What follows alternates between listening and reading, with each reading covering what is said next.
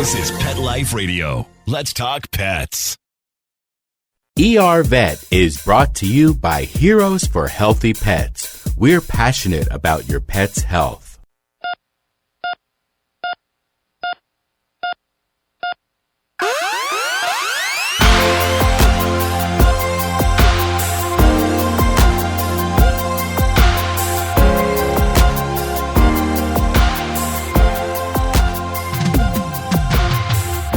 Welcome to ER Vet on Pet Life Radio.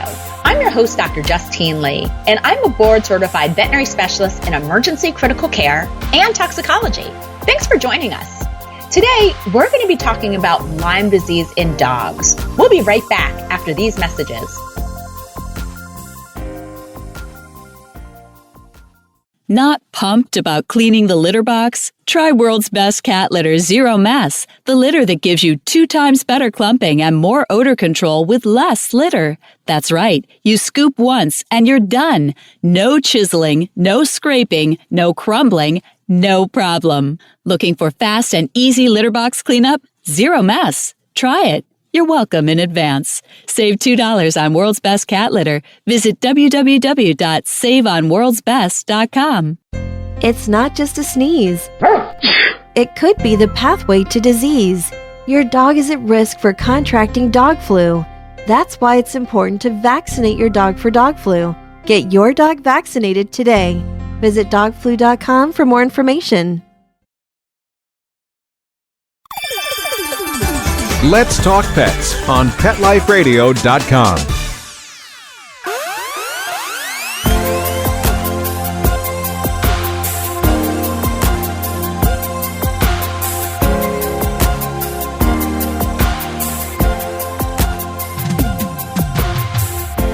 Welcome back to ER Vet on Pet Life Radio. Thanks for joining us. Today, we're going to be talking about Lyme disease. First of all, if you learn one thing from today's ER Vet episode, it is pronounced Lyme disease, not Lyme's disease. It's actually named after Old Lyme, Connecticut, and there's only one town called Old Lyme. This was actually discovered in the mid-1970s. And what actually happened was that a medical doctor noticed that children were coming down with subclinical arthritis. Well, several years later, dogs were diagnosed with the same thing in this area of Connecticut. And that's when it was diagnosed that a gram-negative spirochete, which is this spiral-looking bacteria-like organism called Borrelia burgdorferi, was causing Lyme disease. Now, if you live in one of these states, Connecticut, Delaware, Massachusetts, Maryland, Minnesota, New Jersey, New York, Pennsylvania, Rhode Island, and Wisconsin, you must pay attention. Why? Because over 90% of the human Lyme disease cases come from these states. Same thing for dogs. Now, veterinarians have been diagnosing Lyme disease for decades, and unfortunately, this was dramatically underdiagnosed in human medicine. What I'm going to be talking about is what clinical signs you need to be aware of when it comes to Lyme disease in dogs. We're going to talk about how exposed dogs are, whether or not you need to be worried as a pet owner, what you can do to prevent it, and then we're going to talk about some of the rare side effects that we can see with Lyme disease. Now, I'm going to briefly mention cats for all you cat owners out there. I do actually have my cat on flea and tick preventative because she goes outside supervised, and cats rarely get ticks on them because they're such fastidious groomers. In other words, they're grooming all the time that most of the time ticks don't have a chance of attaching on. That said, if your cat spends a lot of time outside, they definitely need flea and tick medication too, because there are some deadly tick infections that cats can get. But let's focus more on dogs. First of all, what exactly is Lyme disease? Lyme disease is a really frustrating infection because it actually hides in a dog or a human's body really well. It evades the immune system. Some of the clinical signs that I see in dogs include a shifting leg lameness. In other words, your dog is limping in the left front and then it's limping in the back right leg, and it's walking like it's almost walking on eggshells. It's walking really gingerly. When you see that, you want to get to the emergency room right away because we want to treat your dog because A, it's really painful, but B, your dog can have a really high fever. So we want to make sure that we're diagnosing and treating Lyme disease right away. We can also see joint swelling, fever, platelet abnormalities, and really rarely, if it's not treated, it can actually result in subclinical or chronic arthritis. In severe cases, it can actually cause protein loss through the kidneys, something called protein-losing nephropathy, or what we abbreviate as PLN. It's also called Lyme nephritis, and unfortunately, this can result in fatal kidney failure. I see this more commonly in golden retrievers and Labradors. And so for all you golden retriever and Labrador owners out there, we want to make sure that we're preventing Lyme disease in dogs. Now, I am going to warn you, if your dog is exposed to ticks, that means you are exposed to ticks too. If you're walking with your dog and you see a tick on your dog, or you see an attached tick on your dog, there's a chance that tick can fall off in bed and climb onto you. So we always want to be careful about Lyme disease and appropriate prevention because we don't want you to get it either. The important thing to realize with Lyme disease is the disease is different between dogs and humans. 90% of dogs that are exposed to Borrelia never actually go on to develop Lyme disease, which is good. Unfortunately, the opposite is true in humans. 90% of humans are estimated to get Lyme disease as soon as they're exposed to Borrelia. So, what does this mean? This means that in some of the states I mentioned before, and I practice as a veterinarian in a lot of these states like Massachusetts, New Jersey, New York, Pennsylvania, and Minnesota, when we see a dog test positive for Lyme disease, it doesn't necessarily mean that your dog needs to get antibiotics. Now, I'm going to step back and say one of the most common blood tests that we do at all veterinary clinics is something called a 4DX SNAP test. And this is a test that tests for 4 different types of diseases that are transmitted. Now, 3 of them are transmitted by ticks, and 1 of them is transmitted by mosquito.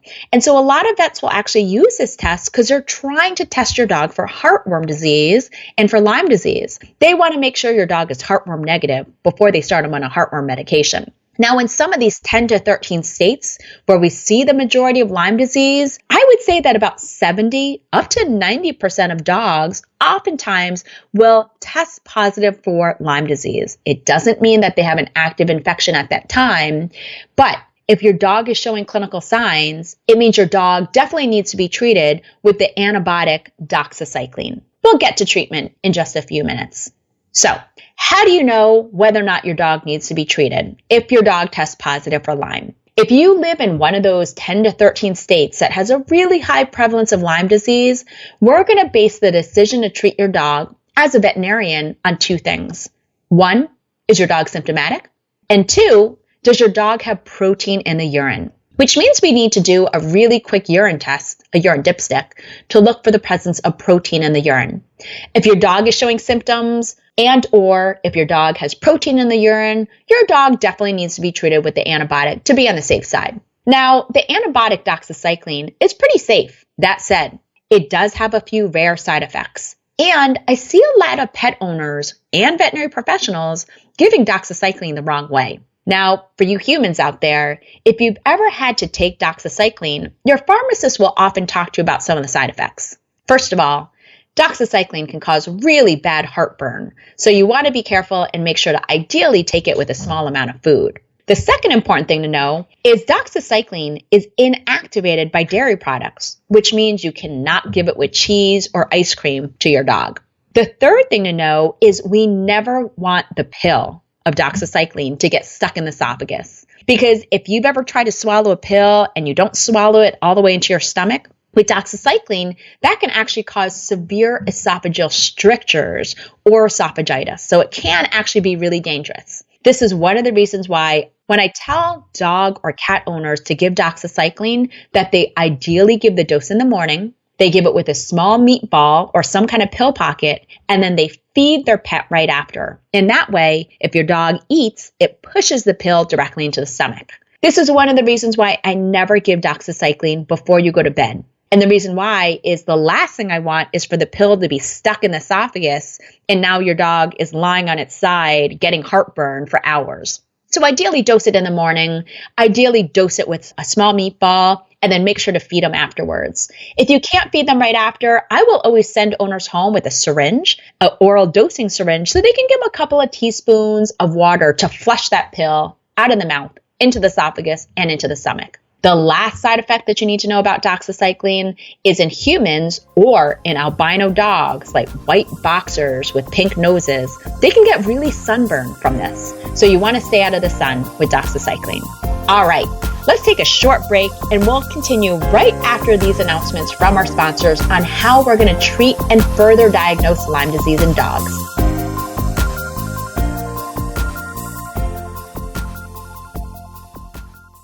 We'd like to thank our sponsor for this episode, Rover.com. Rover, the dog people. It's the largest network of 5-star pet sitters and dog walkers in North America. If you have dogs, and like me, you're working during the day and can't get home to walk your fur babies, you can just use the Rover app on your Android or iPhone and find a 5-star dog walker. Book them, favorite them, and even pay them all through the app. And I know if I'm going away for the weekend or even taking a 5-day cruise, I can use the same Rover app to book a pet sitter. By using Rover, my dog walker or pet sitter is trusted, background checked, and is backed by Rover's premium insurance and 24/7 support. And if my dog and I want to meet my pet sitter or dog walker beforehand, we can do that too with a free meet and greet. I personally like that I can get pictures of my dog, a map of her walk, and updates right on the app. It's so cool. We have a special offer for Pet Life Radio listeners too. Get $25 off your first booking by going to rover.com/Pet Life Radio. Pet Life Radio is all one word, and use the promo code Pet Life Radio. So once again, go to rover.com/Pet Life Radio. Pet Life Radio is all one word, and use promo code Pet Life Radio. 3 words for the code, and get $25 off your first booking. It's a pawsome deal. Let's talk pets. Let's talk pets On Pet Life Radio. Pet Life Radio. PetLifeRadio.com.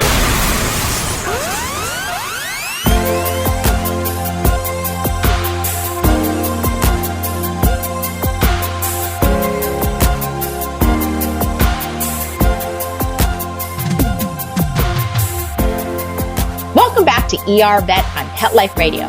We've been talking about Lyme disease in dogs and a little bit in humans. We talked about some of the clinical signs we see from Lyme disease. And again, it's relatively rare that dogs will develop severe side effects from Lyme disease, but it can rarely cause that Lyme nephritis or protein-losing nephropathy. As I mentioned in dogs, the biggest clinical signs of Lyme disease in dogs are classically lameness, limping, fever, not wanting to eat or move, and having really swollen joints. If you see that, get to your veterinarian or the ER vet right away so we can test your dog with this 4DX SNAP test and treat them with doxycycline for 2 weeks if necessary. More importantly, what do we do if your dog was diagnosed with a positive Lyme test but isn't showing any symptoms? Well, this is actually really important for you to know. And again, if you're in those 10 to 13 states that have a high prevalence of Lyme disease, it does not mean you need to treat your dog. Work with your veterinarian, talk to your veterinarian about this, or you can always talk to a veterinary board certified internal medicine doctor about this too.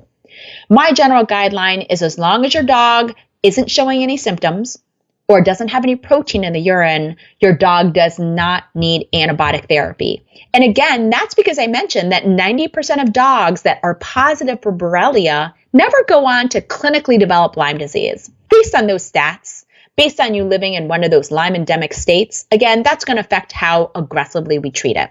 More importantly, that means you have to be better at preventing your dog from being exposed to ticks. When I see a positive 4DX SNAP blood test, that means that your dog was exposed to a tick. That means your dog was exposed to Borrelia, and that means you need better tick prevention. When in doubt, prevention is always the key. So, 3 main things that I recommend. First of all, you can buy something called a tick twister, and that basically is a device where if you see an attached tick, you can pull it off really easily. The second thing is to make sure that everyone in the household is tick checking yourself and your pet. You want to make sure to massage and feel your whole pet, especially if they have long hair like a Newfoundland. You want to check inside the thighs, in the ears, on the trunk of the belly, in between the paws, because that's the classic area where ticks will oftentimes bite your dog. Now, the important thing to remember is a tick has to attach, take a blood sample from your dog, and actually it takes about 24 to 48 hours for that tick to actually transmit Lyme disease to your dog. So you do have a narrow window to find those ticks and pull them off as soon as possible. If you find a tick that's crawling on your dog, but it didn't actually attach, you don't have to worry. But if you do see a tick that's attached, make sure to pull it off.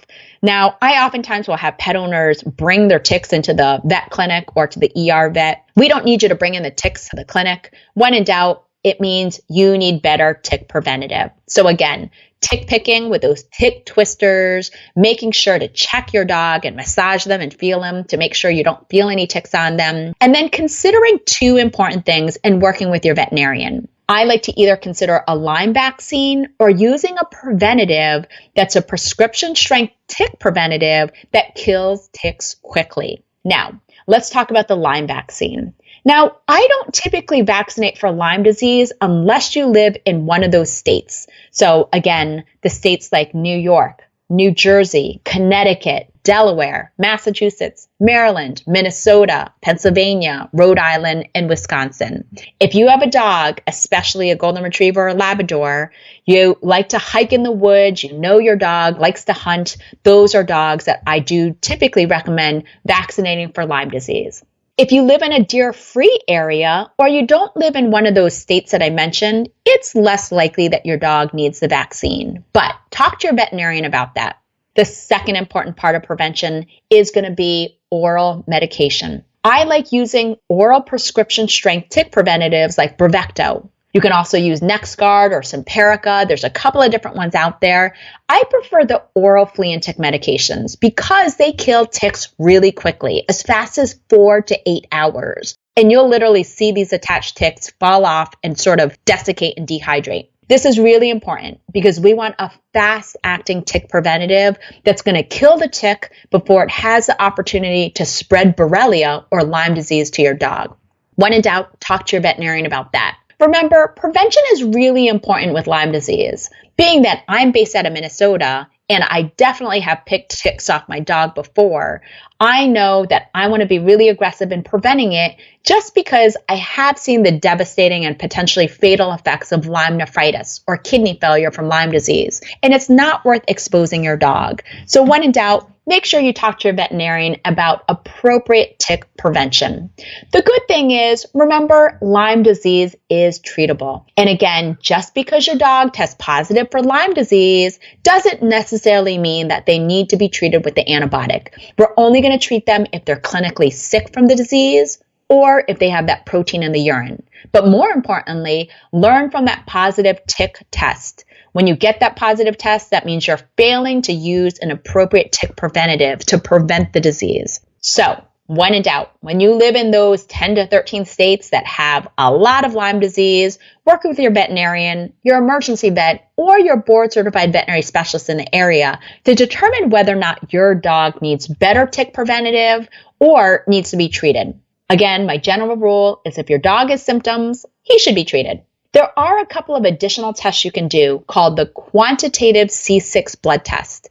It's a little bit expensive, but it's a good way of seeing how high the titer is for your dog when it comes to Lyme disease. Most veterinarians are pretty used to testing for the C6 test, but they oftentimes forget to do that urine test. So when in doubt, request or bring in a urine sample to your veterinarian to get this urine test done. What I like to do is I like to tell my owners to collect 24 hours of urine, batch it all together in one sample, and submit it to your veterinarian for a protein test. If there is evidence of protein in that urine, then we're going to do a test called a UPC, a urine protein creatinine test. And if it's elevated, we definitely want to treat your dog with doxycycline. The good thing is if you test your dog and your dog is negative, it means your dog definitely does not have Lyme disease. And it means you're doing an excellent job preventing ticks from infesting your dog with Borrelia. When in doubt, we always want to keep our pets and ourselves healthy from this scary disease.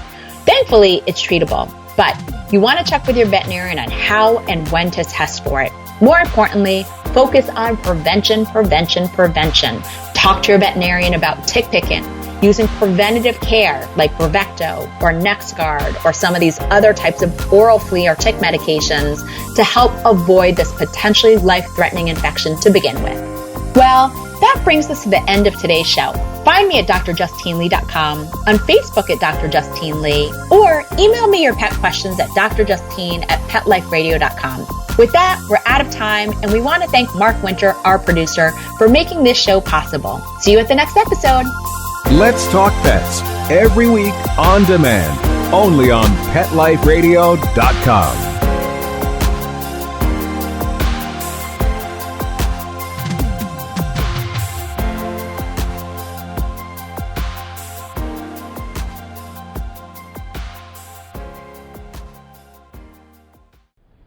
When Helen Brown ran away to New York City 5 years ago, she had no idea that a homeless cat with a punk rock haircut and enough catitude to light up the Empire State Building would be the one to teach her the true meaning of love and a forever home. In the tradition of her internationally best-selling memoir, Cleo, Helen Brown's Bono, the amazing story of a rescue cat who inspired a community, is a heartwarming true story about a woman without an anchor, a homeless cat without much hope, and finding a forever home in the city that never sleeps. Modern Cat magazine calls Bono an uplifting tale about how everyone deserves love and a second chance. Bono by Helen Brown is on sale now everywhere.